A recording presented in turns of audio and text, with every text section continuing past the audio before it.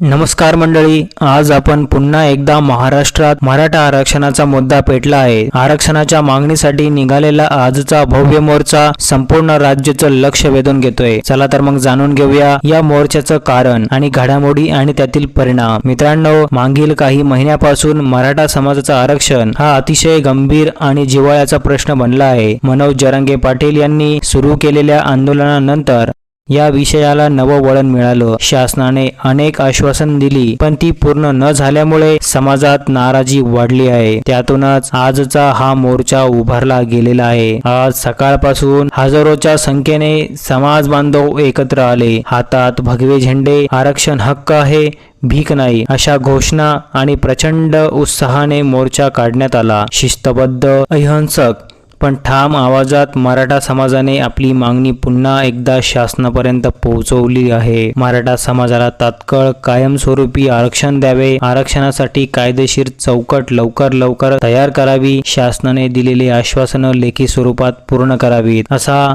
या मोर्चाचा मुख्य हेतू आहे। न्याय हक्क मिळवणं, समाजाला आरक्षण हे अधिकाराच्या स्वरूपात हवं आहे, उपकार म्हणून नाही।